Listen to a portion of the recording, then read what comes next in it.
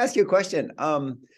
Cloud-based brokerage, how does it benefit the individual realtor? I mean, and talking about, I guess, really income. Like why is cloud-based brokerage working? Well, I mean, listen, I've been doing this for 28 years, so I had to kind of retool my mind, which a lot of people are, if they've been in for a long time, they're not really used to what I'm talking about. But there is a freedom to being in a cloud-based brokerage that you don't experience in a traditional brokerage.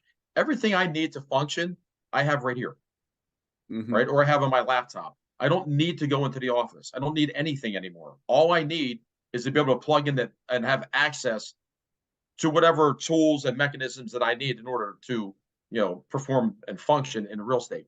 Everything we have, you have access to 24/7 anywhere around the world.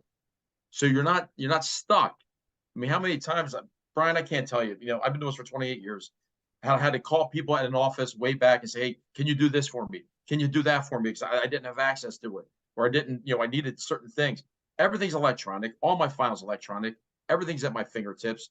So an agent in a cloud-based structure like this, in my opinion, is way more efficient than an agent in a traditional brokerage. And listen, let's be honest, we live in a microwave society.